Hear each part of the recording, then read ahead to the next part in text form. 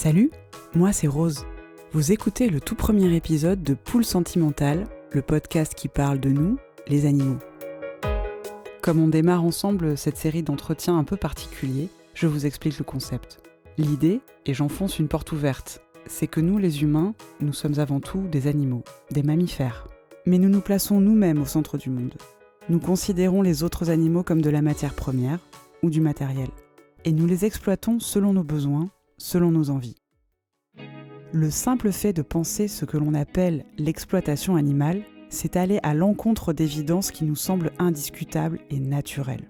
Ça nous impose de nous affranchir d'héritages culturels et sociaux vieux de milliers d'années. Et vous, chers auditorices, vous voulez justement en savoir plus sur la cause animale. Vous éprouvez le besoin de creuser le sujet. Vous avez soif de partage et d'expérience. Ce que je vous propose, c'est d'écouter des invités qui considèrent comme moi que les autres animaux sont des individus, avec leurs propres intérêts, pas des ressources. Ce que je vous propose, c'est de basculer radicalement de point de vue, ou au moins d'essayer. Alors, pour démarrer cette série, j'ai choisi une personne dont vous avez certainement entendu parler. Elle est avocate pour les animaux, et on va essayer d'expliquer ce que ça veut dire. Elle est aussi militante, elle a même cofondé le Parti animaliste, et on essaiera de comprendre ce que c'est un parti pour les animaux. Et sous la bannière de ce parti, elle s'est présentée aux élections présidentielles françaises de 2022. Rien que ça. Cette personne, c'est Hélène Touy. Elle n'a pas réuni les 500 signatures nécessaires pour participer à l'élection, mais elle a attiré l'attention de la France entière sur la cause animale pendant plusieurs semaines. Elle a contribué à lui donner une plus grande place sur le terrain politique et dans la société. Notre échange a été long et riche, alors j'ai décidé de le scinder en 2 parties. Ouvrez grand vos oreilles et vos cœurs. Voici la première partie. Bonjour Hélène Touy. Bonjour. Bienvenue dans Poule Sentimentale. Je suis très heureuse de vous recevoir pour ce tout premier épisode et je voudrais commencer par une question toute simple. Comment la cause animale est-elle entrée dans votre vie ? La cause animale est très très ancienne dans ma vie puisque j'ai toujours été très sensible aux animaux et je suis devenue végétarienne à l'âge de 7 ans, donc enfant. Alors moi je viens de la campagne, j'ai vraiment vécu à la campagne toute mon enfance et j'ai vu des animaux forcément en étant à la campagne et quelque chose qui m'a marqué quand j'étais enfant, mais un élément qui est revenu finalement assez récemment, parce que c'est vrai que je pense que la mémoire aussi nous joue des tours et éloigne certains mauvais souvenirs. Quand j'étais enfant, je passais beaucoup de temps chez ma grand-mère, parce que ma mère travaillait et que ma grand-mère nous gardait. Et à côté de chez ma grand-mère, il y avait un abattoir. Et je me rappelle avoir entendu les cris des animaux, avoir été extrêmement choquée, me boucher les oreilles pour éviter de les entendre, et demander à ma grand-mère... pourquoi en fait et pas avoir d'autre réponse que c'est comme ça. Je sentais que c'était un sujet qui la laissait pas du tout indifférente non plus. Elle était pas capable, je pense, de me dire autre chose que c'est comme ça. Et moi, c'est vrai que du coup, j'ai assez vite fait le lien avec cette consommation, le fait d'avoir de la viande dans son assiette, le fait de devoir les tuer, de les entendre hurler. J'ai vu aussi ma grand-mère qui tuait les poules parce qu'elle mangeait de la viande. À la campagne, hein, comme ça se faisait. Ça se fait toujours. Ouais, ça se fait toujours. Et voilà, c'est vrai que du coup, assez jeune, j'ai très vite fait le lien entre le fait d'avoir de la viande, du poisson, l'animal dans l'assiette et le fait de le tuer. Alors pour les produits laitiers, etc., comme je connaissais pas tout ça et j'avais pas d'informations, je l'ai appris que beaucoup plus tard en étant adolescente par les associations. Donc j'ai continué par contre pendant plusieurs années à manger du fromage et des œufs. Mais la viande et le poisson, j'ai arrêté à l'âge de 7 ans et voilà, de façon assez définitive. Oui, est-ce que vos parents ont eu le choix ? Comment ça s'est passé ? Parce que c'est étonnant, enfin je veux dire, surtout c'est pas comme aujourd'hui où en fait la question est quand même très discutée, il y a beaucoup d'enfants qui se manifestent et qui disent qu'ils veulent pas manger de viande, mais à cette époque-là, il y a une trentaine d'années en fait, comment ça a réagi autour de vous ? Alors, il se trouvait que moi j'adorais la charcuterie par exemple, je mangeais beaucoup de charcuterie, donc mes parents, première réaction, ont pensé que j'en avais trop mangé et que j'étais juste un peu écœurée et donc ça allait me passer. J'ai entendu ça au début, ça lui passera. Et puis il s'est passé quand même quelques jours, quelques semaines, je peux pas te dire exactement, mais je dirais un mois, où au bout d'un moment, mes parents m'ont dit « Bon, mais maintenant, là, ça suffit, il va falloir s'y remettre ». Et je me rappelle d'une crise épouvantable en lui disant un air de question, en hurlant, en quittant la table, etc. Et puis elle a dû réessayer encore quelques jours après, toujours la même crise. Et je pense qu'elle a compris à ce moment-là que c'était pas juste une lubie, un caprice de petite fille, mais qu'il y avait vraiment quelque chose de profond qui se jouait et que non, je ne mangerais pas ça. Et donc finalement, et ça je le dis souvent, je suis extrêmement reconnaissante vis-à-vis de mes parents pour ça. Ils m'ont pas forcé plus que ça. Ils ont compris. Ma mère a essayé de faire des recherches pour savoir quels pouvaient être les risques, comment essayer de supplémenter, etc., etc. Et après, ma mère a fait des repas différents. Voilà, j'avais mon repas un peu différent. Non, finalement, moi, j'ai eu beaucoup de chance comparé à d'autres enfants parce que ce qu'il faut savoir aussi, c'est qu'en fait, il y a beaucoup, beaucoup d'enfants à l'âge de 7 ans qui se posent ces questions-là. Et la réponse des adultes, c'est leur dire mange et tais-toi, c'est normal, voilà. Et en fait, on leur répète ça, l'enfant pense que c'est normal, on lui dit ça, il continue.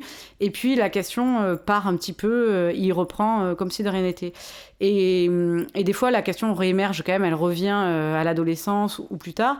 Et j'ai eu beaucoup de témoignages d'enfants qui m'ont dit bah oui, moi à ces âges-là aussi, je me rappelle me poser ces questions, mais la réaction des adultes, c'est bah non. Et en plus, le problème aussi avec cette question-là, c'est que vous êtes enfant et vous remettez en cause finalement un modèle éducatif, et il y a beaucoup de parents qui sont pas prêts à entendre ça. C'est-à-dire qu'en clair, vous leur signifiez que ce qu'ils font, ça va pas. Ça va pas. Et ça, c'est une remise en cause que certains parents ne sont pas prêts à entendre. Et je pense que, voilà, moi, par exemple, ma mère, moi, ou même mon père, ça les a pas amenés à arrêter de manger des animaux, par exemple. Alors que moi, ça me paraissait évident qu'il fallait qu'ils arrêtent. Bien sûr. Non, ma mère, elle est devenue végétarienne très très longtemps après. Quand même. Ouais, mais très très longtemps. Ouais. Voilà, j'avais plus de 20 ans. Mon père n'est jamais devenu. Donc c'est vrai que je pense aussi qu'il y a ce frein qui fait que beaucoup d'enfants ont des difficultés et que si on laissait les enfants s'exprimer, et le rôle des parents est vraiment important là-dessus. Oui, et vous avez eu des camarades de classe, par exemple, ou d'autres enfants que vous connaissiez qui avaient un peu ce penchant et qui ont été empêchés ou pas. Alors, à votre époque? Pas du tout de classe, parce que au contraire, j'étais un petit peu la bête bizarre. Ouais. Donc ça, bon, j'avais même eu une anecdote d'une cantinière un peu vieille école qui était tellement en colère qu'il m'avait mélangé un jour pour me punir entrée, plat et dessert, pour me forcer à manger. Donc bon, voilà, c'était un peu... Voilà, c'était pas la meilleure période. C'était bon, voilà, il y avait des choses qui étaient difficiles à entendre pour certains. Pas de camarades de classe qui comprenaient ça, non. Par contre, certains de mes amis qui, évidemment, l'acceptaient, mais ça restait quelque chose d'un peu marginal, on va dire. Et non, c'est plus tard, après, parce que j'avais eu notamment des parents, quand j'étais un peu plus grande, qui avaient des enfants qui avaient ce genre de difficultés, et moi, ou des grands-parents même, je me rappelle de grands-parents, et je leur avais dit, mais vous ne pouvez pas les forcer, et c'est une violence, en fait. Moi, je considère que vraiment, c'est une violence de forcer un enfant à se nourrir d'un individu, parce que c'est un tel rejet au fond de nous que forcer un enfant à faire ça et nier finalement la souffrance que ça lui génère, bah oui, c'est de la maltraitance. Oui, c'est important de dire ça, effectivement, écouter les enfants qui a l'âge de raison, le fameux âge de raison de 7 ans. Des fois, c'est plus tôt même, hein. Il y a des enfants à 5 ans qui ont pu avoir ce genre de réflexe aussi. Oui, qui arrivent à faire le lien, quoi. Ouais, les enfants, de toute façon, ils posent des questions, ils s'en racontent, Bah, et à peu près 4-5 ans, ils posent déjà des questions. Oui, et il suffit de passer ça sous le tapis et puis ils n'en parlent plus. Et... Ouais, c'est ça. Donc ce déclic, ça a été les abattoirs. Je pense que j'avais une sensibilité déjà. Mais disons que... Oui. Voilà, c'est une conjonction de... C'est très difficile de dire qu'est-ce qui est vraiment... Oui, bien sûr. Mais j'entends encore, quand j'y repense, les cris des animaux. Les cris, ça, oui. C'est un truc...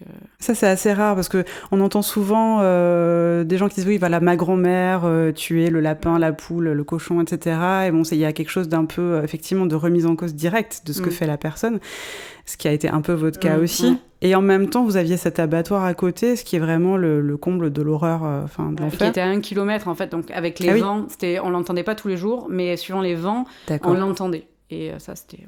Ouais. À 1 kilomètre, donc c'est quand même énorme. Enfin, je veux dire, ouais, 1 kilomètre à vol d'oiseau. Donc... C'est quand même très très loin et on entend quand même les mais cris. avec le vent, ça a porté. Ça porte. Je me rappelle, me barricader, me mettre la tête sous l'oreiller pour pas entendre ça. Mais oui, c'est...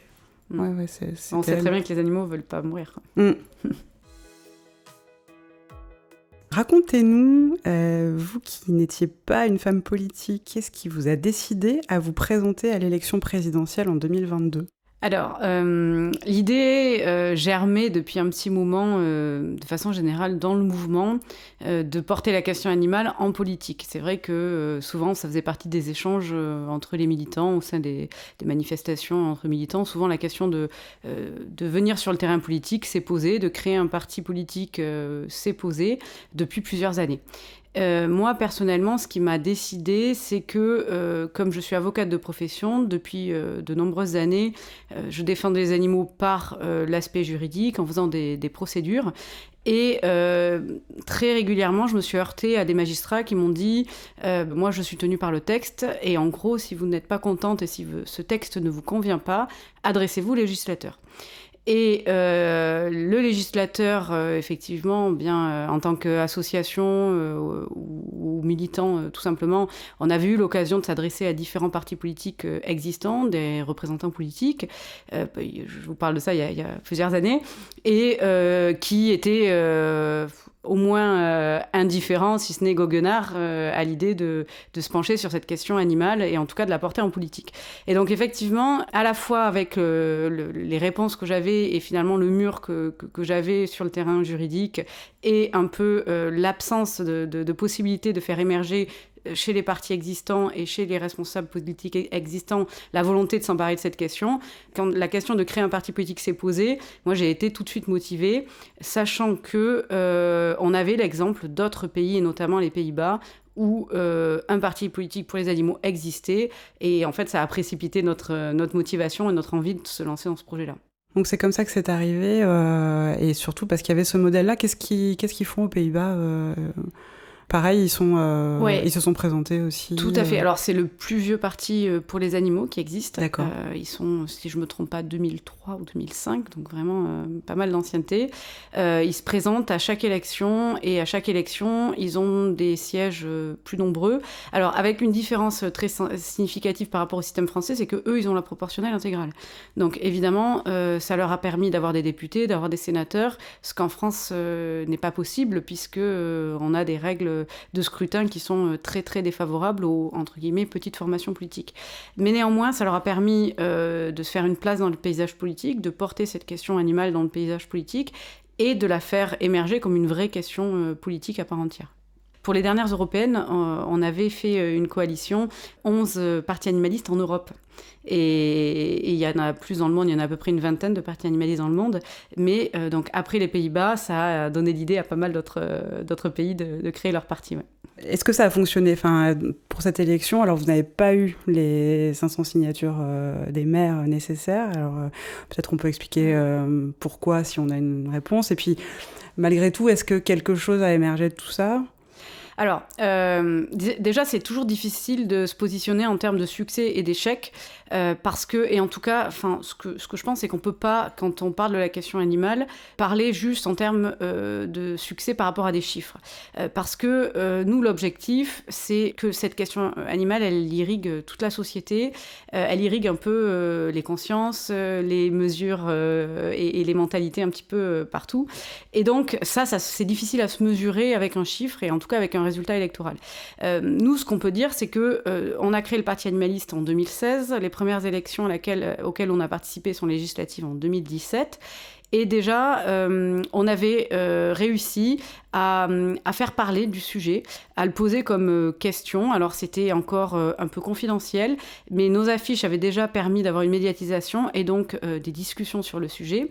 Après, il y a eu les européennes qui, pour nous, en 2019, ont été vraiment un tournant parce que c'est une élection nationale, donc sur tout le territoire, qui a permis de mesurer un score national. Donc, on a fait quasiment 2-2. Là où absolument personne ne nous attendait et surtout avec strictement aucune médiatisation et aucun moyen financier. Sachant qu'on avait eu des problèmes de bulletins qui n'étaient pas mis dans les bureaux de vote, d'absence de livraison de bulletins, enfin on a eu plein de difficultés. Et malgré ça, on a fait 2,2%. D'accord. Voilà. Et ça, même si ça peut paraître en fait anecdotique, c'est en fait beaucoup dans le paysage politique pour une formation qui sort de nulle part, comme certains l'ont pu le dire, au point que le soir des résultats, notre score, il apparaissait nulle part. C'est-à-dire que dans les journaux télévisés, il a fallu attendre un petit moment. Il y avait le score du PC, par exemple, qui était juste après nous, le score de je ne sais plus quelle formation politique qui était après nous et toutes les autres, et nous, on n'y était pas. Et en fait, c'est parce que personne n'avait réalisé qu'on avait fait ce score et personne, je pense, n'y croyait. Et donc, c'est que plus tard, un peu plus tard dans la soirée, et après, le lendemain, moi, dans les 10 jours qui ont suivi les élections européennes, j'ai fait plein d'interviews parce que c'était très intriguant pour les journalistes de pas du tout avoir vu venir ce petit parti qui faisait autant que le PC. Et donc, ça a commencé finalement à intriguer les autres formations politiques, à déclencher beaucoup de médiatisation et donc à ce que les citoyens nous connaissent un peu plus. Donc ça, c'était déjà la première grosse étape. Et ça s'est vraiment... on a eu vraiment une incidence et on a pu mesurer l'impact, puisque après, il y a eu les municipales en 2020. Et aux municipales, on a vu fleurir dans la plupart des programmes politiques des mesures sur les animaux. Avant, il n'y en avait pas. Et dans les mois qui ont suivi le score des européennes, beaucoup de responsables politiques nous a expliqué que la cause animale était quelque chose de très important pour eux, pour la formation politique. Tout d'un coup, comme par hasard. Voilà.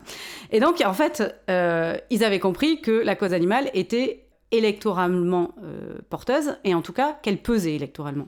Et la seule chose, en fait, que comprennent les politiques, c'est un peu cynique, mais c'est le poids électoral. Aujourd'hui, dans une période où les scores électoraux sont très resserrés, peu élevés finalement, personne n'écrase le match finalement, 2%, c'est très important. Et donc, effectivement, on a eu comme réaction la plupart des formations politiques de gauche, de droite qui ont commencé à se mobiliser sur la question animale, et pour les élections municipales, différentes propositions d'alliances pour mettre le logo parti animaliste sur les différentes alliances. Ah d'accord. Et on a eu aussi beaucoup plus de délégations conditions animales dans les municipalités. Alors, ça serait prétentieux de dire que c'est le score du parti qui est à l'origine de tous ces éléments-là. Mais ça a conforté l'idée que la question animale, qui est portée depuis des années par les associations, qui a réussi à émerger sur le terrain médiatique, elle a aussi une place politique que d'autres veulent récupérer. Et donc, c'est ce score qu'a montré le parti animaliste. Et donc, c'est ce qui a fait que, du coup, les élections présidentielles, ça devenait l'étape d'après, quoi. Alors, nous, quand on a créé le parti, on s'est dit qu'on allait à toutes les élections. Alors, l'élection présidentielle, c'est une question qui s'est posée, de se dire, est-ce qu'on y va ou est-ce qu'on n'y va pas ? Avec ce gros problème des 500 parrainages, qui sont très difficiles à avoir, parce que c'est que les élus qui peuvent donner, et que certains élus, principalement les maires, c'est plus de 80% du pool d'élus qui peuvent donner les parrainages. Et il faut savoir qu'il y a plus de 70% des maires, enfin des élus, qui refusent de parrainer un candidat. Ah d'accord. Voilà. N'importe quel candidat. Ouais, ah oui, d'accord. Refusent. Donc déjà, ça restreint véritablement le nombre de parrainages possibles. Et pourquoi ils refusent de... Parce que ils considèrent que ça va leur créer des difficultés, parce qu'on va leur faire des reproches, vous avez donné votre parrainage à tel ou tel, et que le problème, c'est que le parrainage est assimilé à un soutien. Et donc, ils préfèrent, puisque ça leur rapporte, ils estiment que ça leur rapporte rien, si ce n'est que des emmerdes, comme ils nous le disent, ils préfèrent parrainer personne. Et ça, c'est un vrai sujet, parce que ce qui fait le pluralisme politique, c'est justement cette possibilité il y a 36 000 maires, et donc le nombre d'élus qui peuvent donner des parrainages est à peu près à 40 000. Donc, ça permettrait de faire émerger des candidats hors circuit traditionnel. Mais ce refus des maires très majoritaires de donner les parrainages, en fait, bloque toute possibilité pour un petit candidat d'émerger et d'avoir ses parrainages. Et on se retrouve donc avec la situation où les candidats des partis n'ont strictement aucun problème, puisque leurs élus sont encartés. Et s'ils ne donnent pas le parrainage, moi j'ai eu le cas d'élus de certaines formations politiques qui voulaient me parrainer, et qui était vite rappelé à l'ordre, tu n'as pas envoyé ton parrainage à notre candidat, je préviens qu'il faut le faire.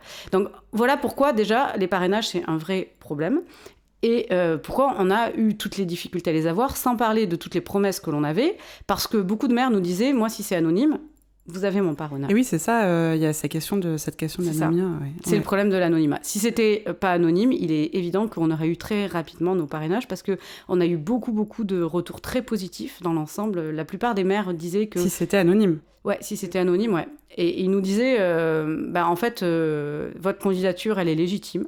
Ouais. On avait peur au début qu'on nous fasse un procès en légitimité en nous disant, vous vous intéressez à la question animale, c'est pas légitime, etc., pour aller à la présidentielle. Et en fait, on a peu eu ce type de réaction. Globalement, c'était beaucoup de réactions très positives, mais des réactions de refuser de donner le parrainage. Et un autre élément, ça on a su aussi au fur et à mesure de la collecte des parrainages, c'est qu'il y a des pressions aux subventions. Les maires des petites communes, ils ont des budgets très limités. Les conseils généraux, les conseils régionaux sont très politisés. Et c'est un levier aussi de pression en fonction de qui y parraine. Et donc qui empêche aussi, en fait, qui sclérose tout au niveau local et les maires préfèrent parrainer personne. Et alors, ça c'est déjà les problèmes à peu près généraux, mais nous, on rajoutait à ça le fait est qu'en zone rurale, où les maires sont moins politisés et donc où auraient plus de liberté en théorie de donner leur parrainage, il y a beaucoup de chasseurs. Enfin, beaucoup, en tout cas, ils sont plus... visible que oui, dans c'est ça, endroits. parce qu'en fait, en vrai, il n'y a pas tant de chasseurs que ça en France. Non, ils sont 2%. C'est ça. Même en zone rurale, donc ils ne sont pas nombreux, mais ils sont bruyants. Et donc, on a eu des échos de maires qui nous ont dit on a reçu des messages de tel ou tel représentant chasseur, mais qui était par ailleurs un président de communauté de communes, etc. Vous parrainez pas tout, oui. Voilà. Donc, la course a été... Ça a été très compliqué. Franchement, la course des parrainages, c'est... épuisant. Ouais, épuisant, c'est difficile. Ouais. Parce que voilà, c'est un temps considérable. Nos militants ont été admirables, vraiment admirables, à jamais se démobiliser, à toujours aller pour expliquer le projet, le programme. Et donc, alors que c'est difficile quand vous présentez pour demander un parrainage, c'est pas du tout une démarche qui est facile. Et vraiment, ça a été usant. Ils ont passé des heures et des heures. Moi-même, j'ai fait aussi les tournées des petits villages pour essayer d'aller réclamer les parrainages. Et c'est vrai que c'est pas facile. Et les gros candidats, entre guillemets, eux, n'ont pas ça à faire. Ils ont les parrainages qui leur... et oui, qui tombent direct. Ouais. Donc voilà. Bon, après, nous, on a aussi perçu la campagne présidentielle comme... de façon globale, à savoir que ça nous permettait aussi de diffuser dans tous les endroits de France, les petits villages, le fait qu'il y avait un candidat qui était là pour porter la question animale. Et donc, même des maires qui ne nous ont pas parrainés, finalement, ont pu être sensibilisés à ce sujet-là, y compris pour appliquer des mesures dans leur commune. Donc, en ça, c'est pour ça que dire échec ou réussite, pour nous, en fait, il n'y a pas d'échec en tant que tel. On aurait voulu, évidemment, avoir les 500 parrainages, mais on a quand même fait tout ce qu'on pouvait pour porter cette question animale. Oui, et puis en plus de ça, ça a été quand même médiatisé. Enfin, je veux dire, il y a eu pas mal d'invitations dans des médias, etc. Alors, c'est parfois trop court, etc. Mais quand même, la voix a été portée et pas mal de gens ont entendu ça. On a eu beaucoup de médiatisation, très honnêtement, on a eu beaucoup, énormément. Les semaines qui ont précédé la fin du dépôt des candidatures, je faisais... que ça. Ouais, les journées entières, des fois 8 à 10 interviews par jour, enfin ça a été... Ah oui. Ouais. On a eu énormément de médiatisation, donc ça vraiment c'était très intéressant et ça contribue aussi au fait de diffuser que beaucoup de citoyens ont entendu parler de la cause animale, du parti animaliste, si bien que beaucoup de personnes qui sont pourtant éloignées de ces sujets-là m'en ont parlé ou par personne interposée ont entendu parler de la question animale et du parti animaliste. Et donc ça c'était vraiment une belle période, une belle étape et ça a permis vraiment de contribuer à ce que l'on porte depuis le début. Et donc pendant cette course folle aux médias et puis surtout les derniers jours où il y a eu beaucoup de médiatisation, comment est-ce que ça a été reçu ? Ça a plutôt pris au sérieux ? Plutôt on sent un peu qu'on est un peu vu comme une bête curieuse ? Comment ça se passe ? Alors oui, on était vu comme une bête curieuse, c'est sûr. Mais moi, j'ai pas senti quasiment jamais de l'ironie, du mépris. Et d'ailleurs, c'est vrai que c'est peut-être un a priori négatif que j'avais au début en me disant on va pas nous prendre au sérieux, on va nous inviter, on va se moquer un peu de nous. Et en fait, pas du tout. Et ce qui était très intéressant, c'est que dans les offs des interviews, j'avais beaucoup de journalistes qui m'expliquaient à quel point, oui, ça les interpellait ce sujet et à quel point ils considéraient que c'était un sujet d'avenir et que ce sujet était important.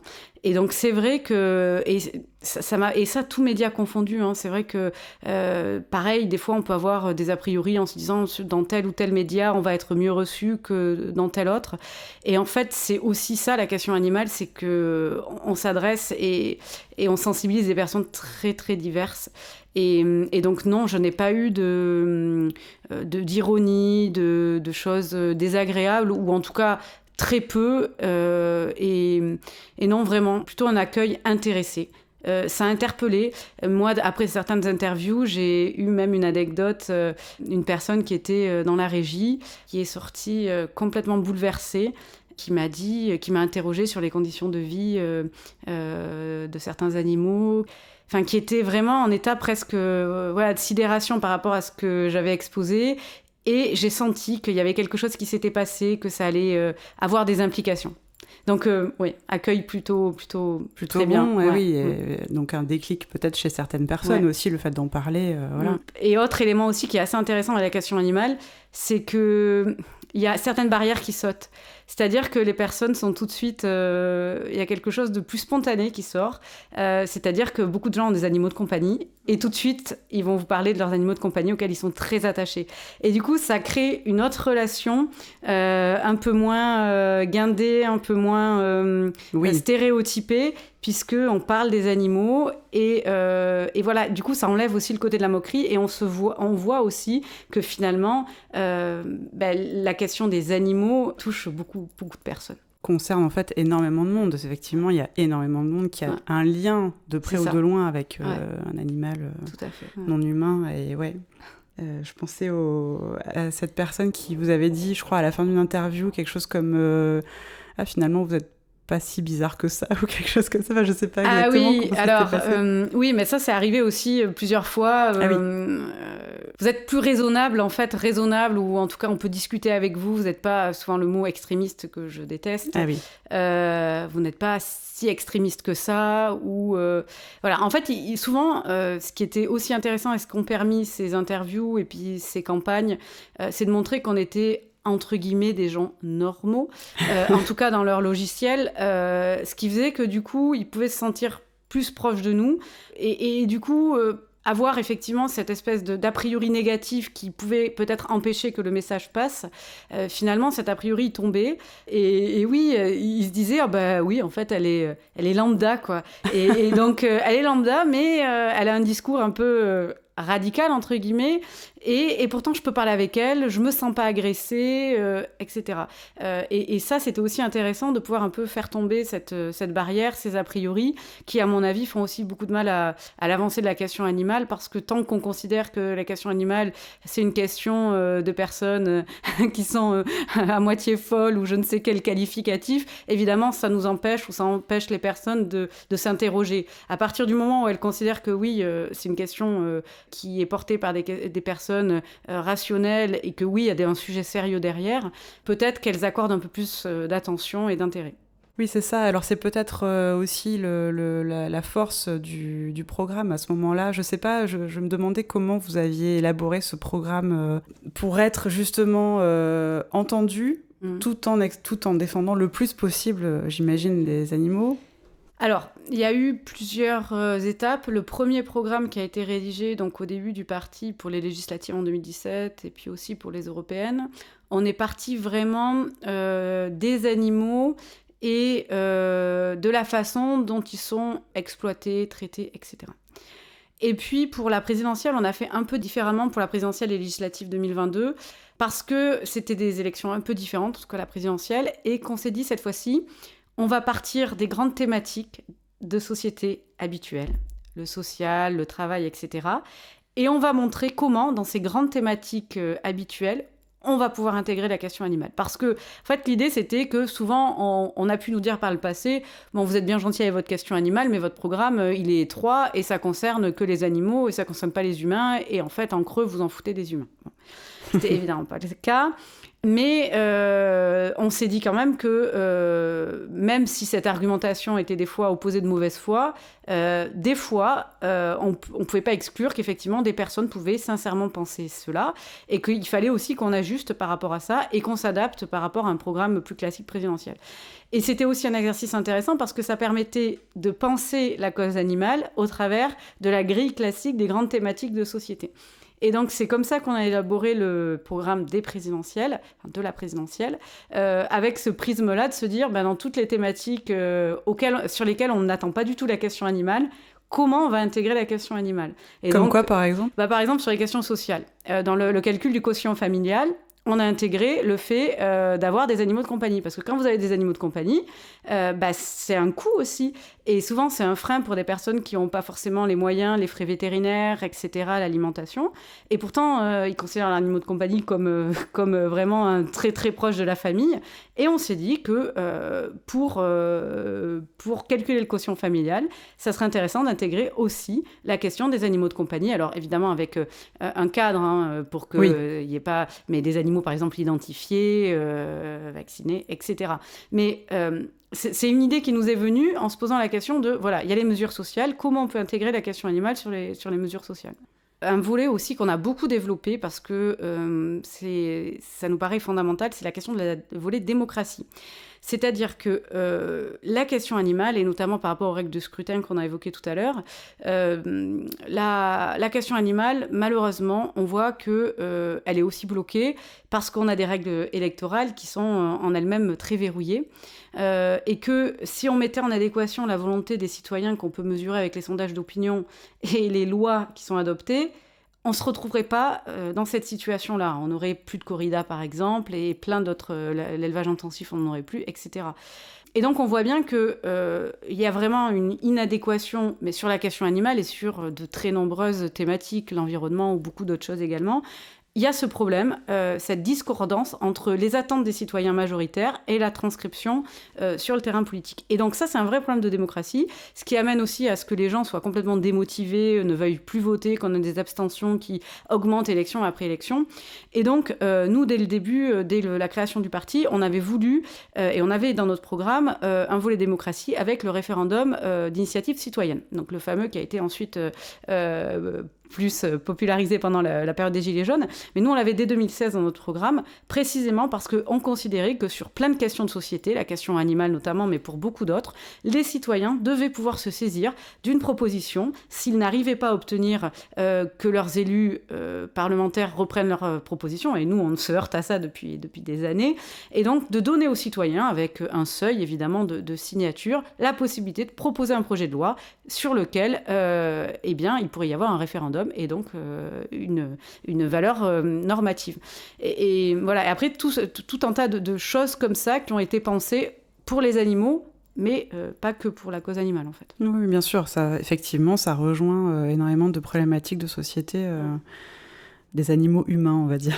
Et les questions aussi, par exemple, de cumul des mandats, de non-cumul des mandats, qui, à première vue, peuvent paraître un peu éloignées de la question animale, mais qui, pour nous, sont absolument fondamentales, parce qu'on a besoin de déverrouiller le fonctionnement politique, et qu'un élu, on le constate, malheureusement souvent, une fois qu'il est élu, il passe plus de temps à essayer de savoir comment il va garder son poste et être réélu, et donc ça va forcément avoir des incidences sur les décisions qu'il va prendre. Il va être moins courageux, parce que s'il sait qu'il va prendre un positionnement, adopter une mesure qui peut lui enlever son investiture de son parti, par exemple, parce que c'est en clair, eh bien, il ne va pas aller là-dessus. Tandis que si, dès le début, on savait qu'on avait une limitation des cumuls des mandats dans le nombre et dans le temps aussi, eh bien, il se dirait, de toute façon, peu importe, je ne serai pas réinvesti, donc autant que je fasse quelque chose de bien, qui marque, etc. Et donc, ça les rendrait plus courageux, moins à regarder un petit peu, à faire des calculs. En fait, le problème aussi, c'est qu'on se retrouve avec le système électoral que l'on a à faire des calculs, et les animaux, c'est toujours les grands perdants dans ces calculs. Et donc, cette initiative populaire pourrait changer les choses ? Qu'est-ce qui fait exactement que ça bloque actuellement ? Ça bloque, on n'a pas de référendum d'initiative citoyenne, non, on a un référendum d'initiative partagée qui appartient aux parlementaires. Donc il faut déjà avoir plus d'une centaine de parlementaires. Bon, déjà c'est une première étape, c'est pas facile. Pour le référendum pour les animaux, ça n'a pas été possible, avec des nombreuses pressions des lobbies qui ont dissuadé les parlementaires de donner leur signature pour le RIP, ce qui a fait que ça n'a pas pu aboutir. Et de toute façon, quand bien même le RIP, une fois qu'il est... le référendum d'initiative partagée, d'accord. Une fois que le seuil des parlementaires nécessaires est atteint, il faut... donc il y a un passage au Conseil constitutionnel, mais bon, voilà. Et après, il faut plus de 4 millions de signatures de citoyens dans un délai de 6 mois. Donc ça, c'est un travail considérable. Sur l'application France Connect, avec toutes les difficultés que l'on a pour se connecter à France Connect, et une fois que les signatures ont été atteintes, on pourrait penser que ça va passer automatiquement en référendum. Et c'est pas systématique. D'accord. Et non.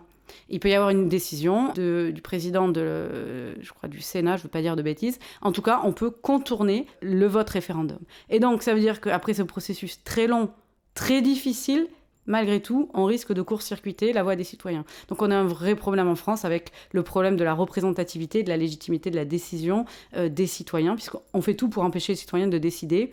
Et sur la cause animale, on le voit, pourtant, les citoyens sont majoritairement opposés ou favorables à telle mesure, et que si on leur donnait la parole, clairement, ça avancerait. C'est d'ailleurs souvent ce que je dis à ceux qui sont opposés à toute évolution sur la chasse, etc.